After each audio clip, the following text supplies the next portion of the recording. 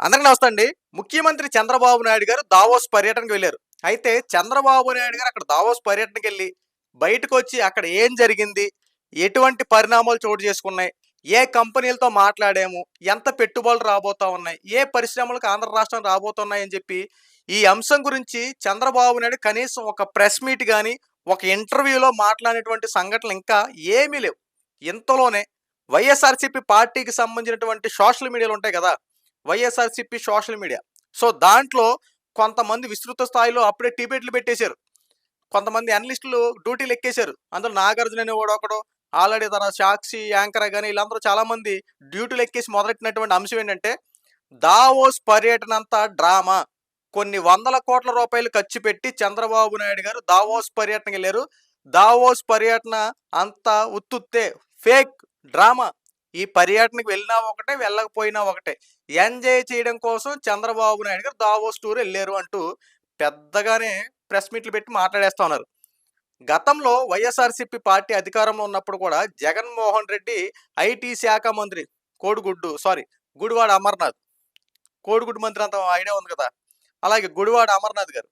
గుడివాడ అమర్నాథ్ గారు అలాగే జగన్మోహన్ రెడ్డి గారు దావోస్ పర్యటనకెళ్లారు. అక్కడ వెళ్ళినప్పుడు వీళ్ళు చెప్పినటువంటి సంభాషణ ఏంటంటే, సుమారు 1,25,000,00,00,000 సంబంధించినటువంటి కంపెనీలతో ఇంత పెట్టుబడులు పెట్టడం కోసం ఆంధ్ర రాష్ట్రంలో కంపెనీలు రాబోతా ఉన్నాయి. మేము ఎంఓయూలు కుదుర్చుకున్నాం. ఎంత అనుకున్నారు?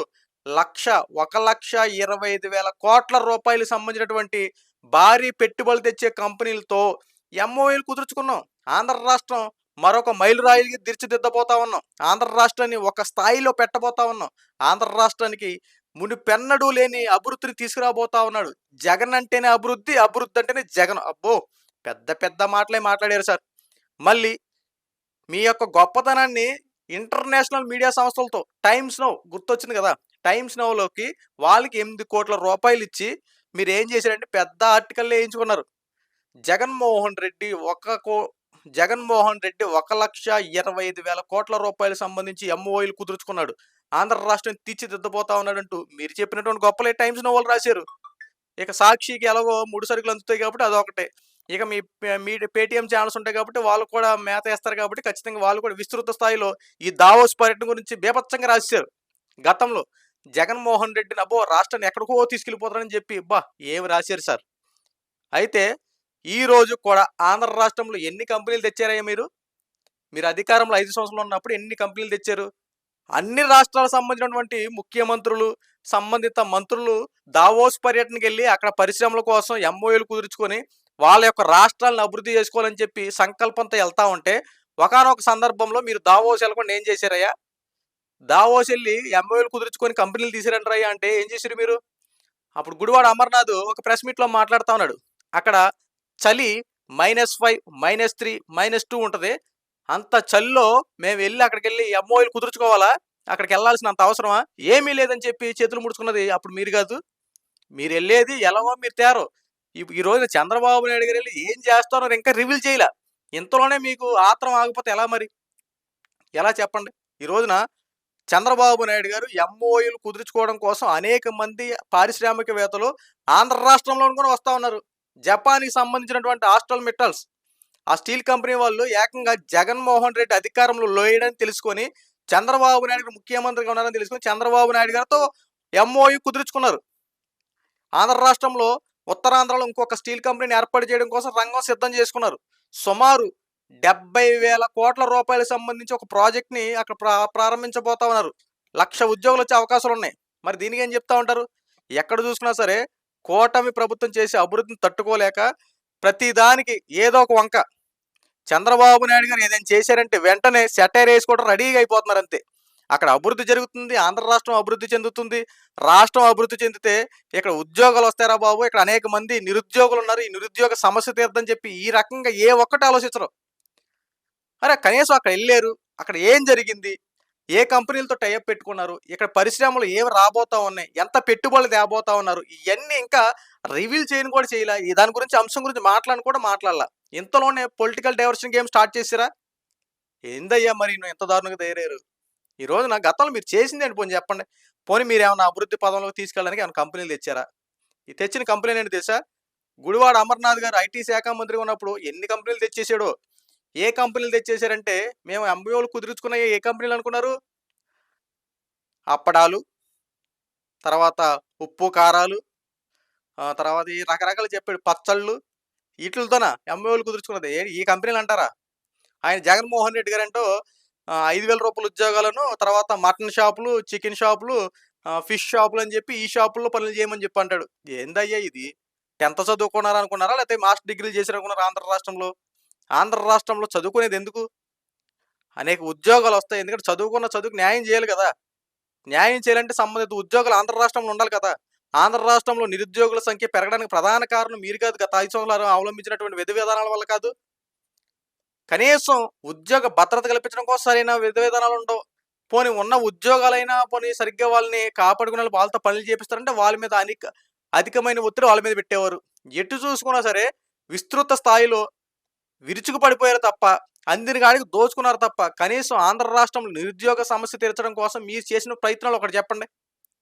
ఆంధ్ర రాష్ట్రంలో సంబంధించిన యువకులు పక్క రాష్ట్రాలకు పోయి ఉద్యోగాలు ఎత్తుకుంటూ వెళ్ళిపోయినప్పుడు కనీసం దీని గురించి అంశం గురించి ఒకరైనా మాట్లాడారా?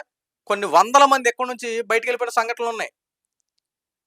ఈ రోజున కూటమి ప్రభుత్వం పరిశ్రమలు ఏర్పాటు చేయడం కోసం ఎంత కష్టపడుతుందో, ఏదైతే ఎన్నికల టైంలో హామీ ఇచ్చారో 20 లక్షల ఉద్యోగాలు మేము కల్పిస్తామని చెప్పి హామీ ఇచ్చారు. ఈ హామీని నెరవేర్చే దిశగా అధికారంలోకి వచ్చిన దగ్గర నుండి ఏ రకంగా కష్టపడుతుందంటే, నారా లోకేష్ గారు అమెరికా టూర్ వెళ్ళారు. అక్కడ అనేక మంది సీఈఓలతో సమావేశం ఏర్పాటు చేసుకొని సుమారు 500 కంపెనీలతో టైఅప్ పెట్టుకొని ఆంధ్ర రాష్ట్రంలో పరిశ్రమలు ఏర్పాటు చేయడానికి రంగం సిద్ధం చేసుకున్నారు. అందులోనే కియా మోటార్సే కానీ, గూగుల్ సంబంధించినటువంటి సాఫ్ట్వేర్ కంపెనీసే కానీ ఇలాంటి, ఎందుకంటే అభివృద్ధి జరగడం కోసం ఏవైతే మన కంపెనీలు కావాలో ఆ కంపెనీలు ఆంధ్ర రాష్ట్రంలో ఏర్పాటు చేస్తే ఉద్యోగ అవకాశాలు వస్తాయి. అమెజాన్ ఈ రోజు డెలివరీలు చేసుకుంటే మనకు ఎంతమంది కనిపించట్లా? అదే అమెజాన్ లాంటి పెద్ద ఫ్యాక్టరీ ఇక్కడ వస్తే కొన్ని వందల మందికి, ఆ కంప్యూటర్ ఆపరేటర్ల దగ్గర మొదలుకొని లేబర్ వరకు అనేక మందికి ఉద్యోగస్తులు వస్తాయి కదా! మరి ఎందుకు ఆలోచించలేకపోతున్నారు? మరి గత 5 సంవత్సరాలు మీరు ఎందుకు చేయలేకపోయారు? ఒక సామెత ఉంటది. అమ్మ పెట్టా పెట్టనివ్వదు, అడుక్కుని తినవదు అన్నట్టు మీరు చెయ్యరు, చేయలేదు. చేసేవాళ్ళు చేయనివ్వట్లా. బురద జల్లే రాజకీయాలు, శవ రాజకీయాలు చేసేస్తున్నారు అంతే. ఈ రోజున మీరు గత 5 సంవత్సరాలు ఏమి చేయలేకపోయారు, చేయలేకపోయారు. ఈ రోజున కూటమి ప్రభుత్వం అన్నమాట ప్రకారం ప్రతీది చేసుకుంటూ వస్తుంది, నెరవేరుస్తా ఉంది. ఇంకా ఏం కావాలి? ఇంకేం చేయాలి? ఒక పక్కన భారత్ పెట్రోలియం సంస్థ, భారత్ పెట్రోలియం సంస్థకు సంబంధించినటువంటి ఈ కంపెనీ వాళ్ళు మన అమలాపురం సరిహద్దు ప్రాంతాల్లో అక్కడ ఏంటి రిఫైనరీ ఆయిల్ ప్రాజెక్టు ప్రారంభించబోతా ఉన్నారు. అక్కడ 60,000 కోట్ల రూపాయల ప్రాజెక్టు. దానికి కనుక అది కంప్లీట్, అది దశ కనుక ప్రారంభం అయితే అనేక మందికి ఉపాధి అవకాశాలు కల్పించబడతాయి. మరి దీని గురించి ఎందుకు మాట్లాడరు? ముఖేష్ అంబానీ గారు ఇక్కడ బయోగ్యాస్ సంబంధించినటువంటి ఇక్కడ ఫ్యాక్టరీలు ఏర్పాటు చేయబోతా ఉన్నారు. మరి దాని గురించి ఎందుకు మాట్లాడరు? ఈ రోజున ఎందుకు వస్తా ఉన్నాయి? ఏదైతే ఉత్తరాంధ్రలో సంబంధించి సుమారు 1,20,000 కోట్ల రూపాయలకు సంబంధించినటువంటి ప్రాజెక్టులకి నిర్మాణ ప్రాజెక్టులకి శంకుస్థాపన చేశారు. అవి ఓపెన్ అవుతా ఉంటాయి. ఆ రిజర్వాయర్లకు సంబంధించి ఏదైనా ప్రతి దాంట్లో ఏదో ఒక ఉద్యోగాలు ఉంటాయి కదా! ఏ దాంట్లో ఓపెన్ చేసినా ప్రతి దాంట్లో కనీసం ఏ గుమస్తా అయినో, లేదంటే ఏ సంబంధించిన కంప్యూటర్ ఆపరేటర్ అని, లేకపోతే ఇంజినీరింగ్ అనో సంథింగ్ ఏదో ఒకటి, ఏదో ఒక ఉద్యోగ అవకాశాలు వస్తాయి కదా! కనీసం మార్గం అనేది చూపించాలి కదా! ఈ రోజున కూటమి ప్రభుత్వం యువకుల కోసం ఉద్యోగ అవకాశాలు కల్పించడం కోసం, పరిశ్రమలు తేవడం కోసం కంకణం కట్టుకుని పనిచేస్తా ఉంది. ఇదే కందకలేని దురద కత్తిపీట కింద అన్నట్టు వీళ్ళు చేస్తున్నారు. చేసేదాన్ని చేయనీయకుండా ప్రతి దానికి బురద జల్లే రాజకీయాలు, బురద జల్లే రాజకీయాలు. ఎందుకు బురద జల్లడం? అభివృద్ధి జరిగితే ఆంధ్ర రాష్ట్రం అసలు ఎందుకు ఉద్యోగ అవకాశాలు వస్తాయి? చంద్రబాబు నాయుడు గారు అభివృద్ధిని ఎందుకు ఇంతలా మాట్లాడుతున్నారంటే, ఆంధ్ర రాష్ట్రానికి ముందు రాజధాని అనేది చాలా ఇంపార్టెంట్. రాజధాని అనేది ఉంటేనే అనేక మంది పారిశ్రామికవేత్తలు, కేంద్రం, ఇప్పుడు ఏపీకి కేంద్రం ఏంటంటే అమరావతి రాజధాని. హైదరాబాద్‌కి కేంద్రం ఏంటంటే తెలంగాణకి కేంద్రం ఏంటంటే హైదరాబాద్. సో, ఒక రాజధాని అనేది ఉందనుకో, అనేక మంది పరిశ్రమలు పెట్టడం కోసం ఆంధ్ర రాష్ట్రం వైపు చూస్తారు.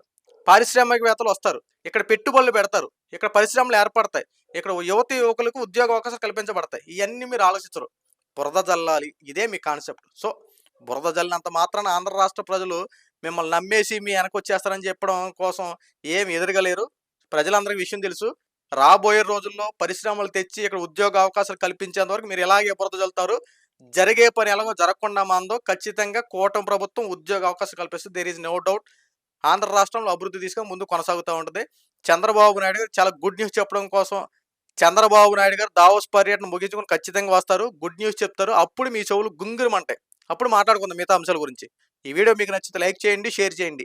ఇలాంటి మరిన్ని అప్డేట్స్ కోసం మన ఛానల్ సబ్స్క్రైబ్ చేసుకోండి. Thank you.